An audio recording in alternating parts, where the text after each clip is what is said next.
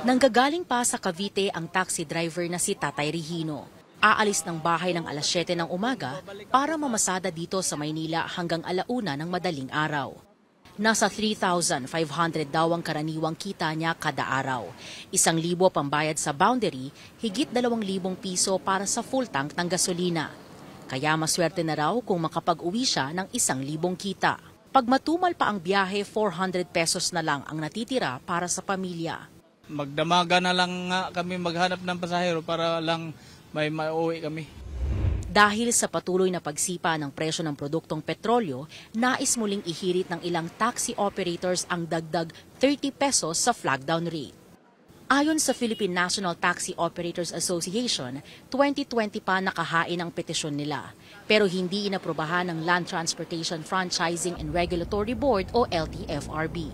Sa halip, nagbigay lang ng 5 pisong dagdag pasahe habang nananatili sa 40 pesos ang flagdown. Insulto raw sa kanila ito.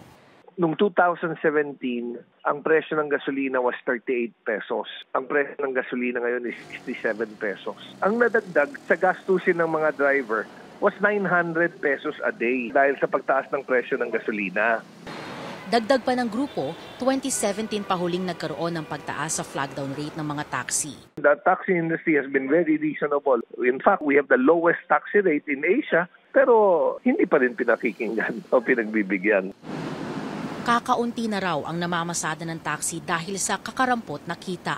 Karamihan daw sa mga driver namimili na lang ng araw kung kailan inaasahang mas maraming pasahero at biyahe. Pero ang mga pasahero nababahala sa 70 pesos na flagdown rate.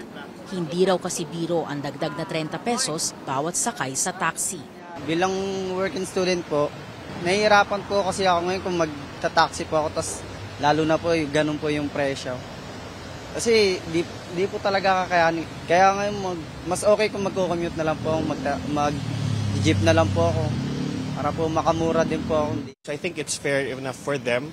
So they need to earn din kasi. So needed din yun to sustain their lives. Even though mabigat siya to us commuters, but we'll have to adjust somehow.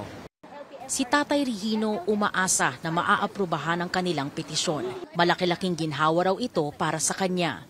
Malaking bagay na din yan, ma'am, sa totoo lang. Kasi kung 70 pesos ang flagdown, parang may mamauwi na kami talaga niyan para sa pamilya namin. Wala pang komento ang LTFRB kaugnay sa hiling ng grupo. EJ Gomez, CNN Philippines.